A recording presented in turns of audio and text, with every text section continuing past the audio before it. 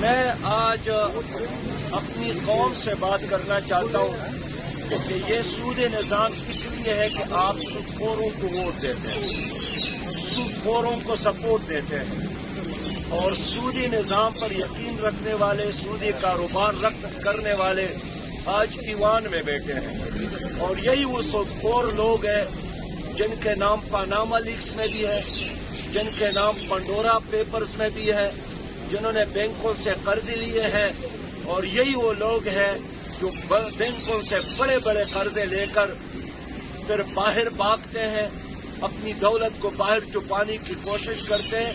یہ پورا نظام اس سودی نظام کے تحفظ کے لیے موجود کی حکومت کے مشیر خزانہ نے اعتراف کیا ہے کہ سودی نظام کی وجہ سے غریب اور امیر میں فرق پڑا ہے،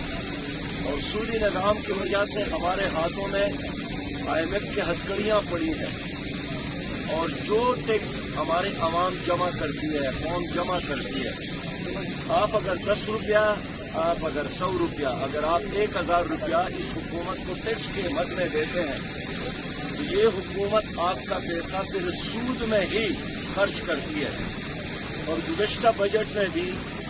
33,000 ارب سے زیادہ حکومت نے سود کے مد میں ادا کیا۔ ہماری حکومت نے مسلسل سود اور شرعی سود میں اضافہ کیا۔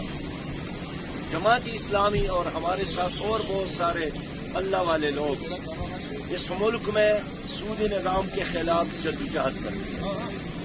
اور ہمیشہ ہم نے سودی نظام کے خاتمے کے لیے جہاد کیا ہے۔ ہم نے قومی اسمبلی اور سینٹ میں بھی سود کے خلاف بل پیش کیے ہیں، اور ہر بجٹ کے موقع پر ہم نے ایک سود فری اکانومی کے لیے حکومت کو تجاویز دی۔